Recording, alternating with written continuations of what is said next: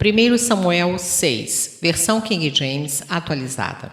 Quando já havia passado 7 meses que a arca do Senhor estava nas terras dominadas pelos filisteus, então eles decidiram chamar os seus sacerdotes, magos e adivinhadores e lhes indagaram: que devemos fazer com a arca do Deus de Israel? Dizei-nos como havemos de devolvê-la ao seu devido lugar.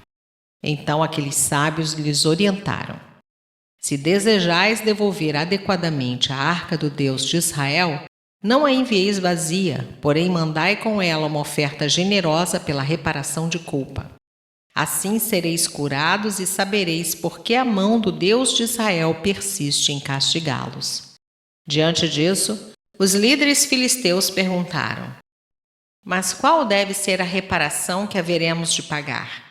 Responderam-lhes: de acordo com o número dos príncipes filisteus, 5 esculturas em ouro no formato de tumores e 5 de ratos, porquanto foi essa a praga que vós e os vossos governantes sofrestes.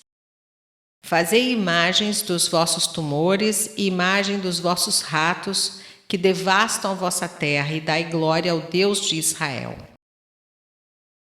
É bem possível que esse gesto alivie a mão de Deus de cima de vós, do vosso Deus e de toda a terra onde habitais. Por que endureceríeis o vosso coração como fizeram os egípcios e Faraó? Somente quando Deus os tratou com grande rigor e humilhação, foi que eles deixaram os israelitas seguirem o seu caminho. Portanto, agora tomai e preparai um carro novo e 2 vacas com cria, sobre as quais não tenha ainda sido colocada qualquer tipo de canga. Atrelai as vacas à carroça e mandai os bezerros de volta ao curral. Tomai então a arca de Deus, colocai-a sobre a carroça. Quanto aos objetos de ouro que estáis enviando como oferta pela culpa, depositá-los-eis numa caixa forte ao lado da arca e a deixareis partir. Observai atentamente, porém, se o carro tomar o caminho em direção à cidade de Bet-Semes. Isso significa que foi o Deus dos israelitas que de fato nos mandou todo esse terrível mal. Entretanto, se isso não acontecer, então quer dizer que não foi ele quem nos castigou com toda essa praga, e sim ela veio por acaso. E os filisteus fizeram o que os seus sacerdotes e feiticeiros haviam orientado. Pegaram 2 vacas e as amarraram a uma carroça nova e prenderam seus bezerros no curral. Em seguida, colocaram a arca do Senhor sobre a carroça e junto dela um cofre em forma de caixa com os ratos de ouro e as imagens dos tumores. E aconteceu que as vacas se movimentaram diretamente com destino a Bet-Semes e mantiveram-se resolutas nessa estrada, mugindo por todo o caminho, e não se desviaram um só momento, nem para a direita e nem para a esquerda. E os governantes e líderes dos filisteus as seguiram até a fronteira de Bet-Semes. Entre mentes, o povo de Bet-Semes estava colhendo trigo no vale, e assim que avistaram a arca da aliança voltando, alegraram-se grandemente.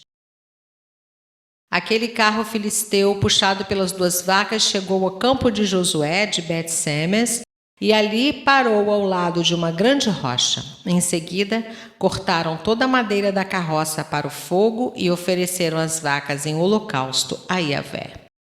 Então os levitas desceram a arca do Senhor e o cofre com os objetos de ouro e haviam depositado tudo sobre a grande pedra. E naquele dia o povo de Bet-Semes apresentou ao Senhor ofertas que foram totalmente queimadas e também sacrifícios de animais. Os 5 príncipes filisteus observaram tudo isso e no mesmo dia retornaram para Ecrom. As esculturas de ouro, simbolizando os tumores que os filisteus pagaram em reparação pelos seus pecados contra o Senhor, foram destinadas uma por cidade, e assim enviaram uma peça de ouro para Asdod, Gaza e Ecrom.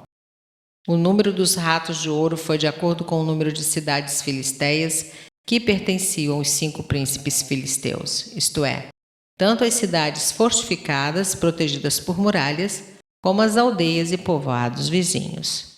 A grande pedra sobre a qual depositaram a arca do Senhor é até nossos dias uma testemunha no campo de Josué de Bet-Semes.